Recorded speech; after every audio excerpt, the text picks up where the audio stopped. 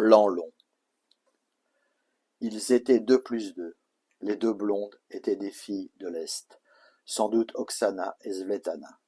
Oksana, beauté slave au corps svelte, souriait avec la grâce de sa jeunesse. Svetlana, pulpeuse sur le retour, était attirante, comme le sont les salopes dans les fantasmes d'hommes mûrs. Elle ressemblait à ces actrices qui sucent des queues au kilomètre dans les films porno. Il y avait donc la fille docile et la mère protectrice. Elle se saoulait de vin rosé, laissant des traces de rouge à lèvres sur leurs lèvres.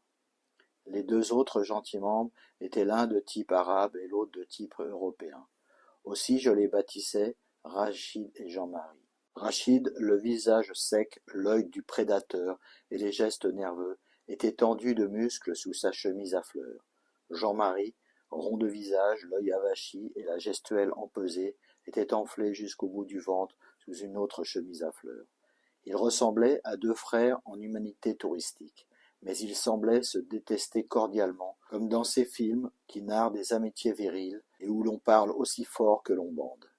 Rachid buvait du coca pour éviter de consommer l'alcool interdit, figurant le cliché parfait du condamné à la frustration éternelle par des générations de traditions abrutissantes. Jean-Marie s'envoyait des gâteaux de miel en se bourrant au vin rouge. Négligé jusqu'au bout de ses ongles sales, il semblait vain et prisonnier à perpétuité de sa caricature d'imbécile heureux.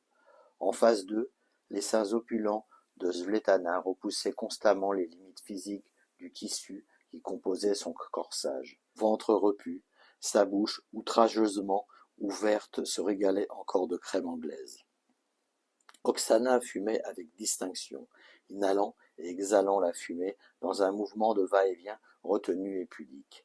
Elles conversaient de plus en plus entre elles dans cette belle langue slave qui fait vibrer l'âme. Elles n'écoutaient plus vraiment la langue vulgaire et décadente que leur servaient leurs deux convives. Rachid et Jean-Marie faisaient ce qu'ils pouvaient pour tenir en haleine leurs deux reines d'un soir. L'un parlait de son piercing et de ses tatouages façon racaille des banlieues. L'autre parlait de sa coupe de cheveux façon footballeur à la mode. Ils étaient très excités, mais restaient banalement corrects dans leurs propos.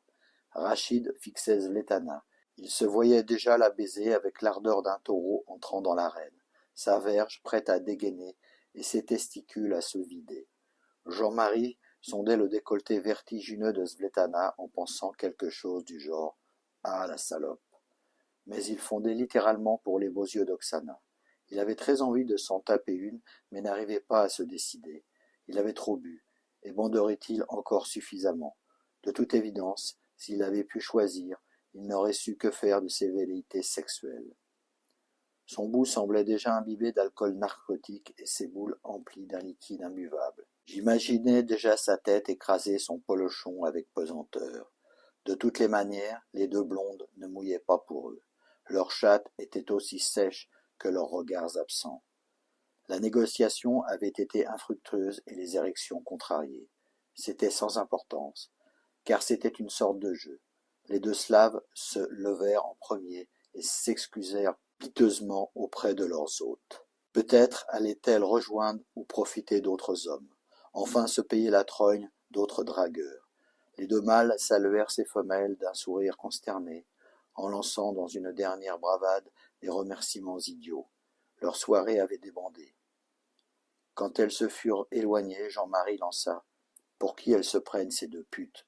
Rachid répondit « De toute façon, je m'en bats les couilles. » Ils s'en souviendraient sûrement dans leurs pieux respectifs, en se masturbant comme deux damnés et en éructant les jurons salaces qui scandent les occasions manquées.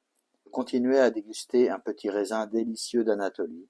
J'avais déjà enregistré des centaines de fois cette scène avec mon œil caméra, sans plaisir et sans dégoût, seulement indifférent à ces scénarios qui se répétaient partout où les valeurs occidentales avaient pénétré et pris le dessus.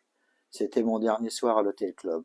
En me dirigeant vers ma chambre, je pensais que je n'avais sans doute pas vécu réellement ce séjour absurde. J'avais été présent et toujours totalement ailleurs.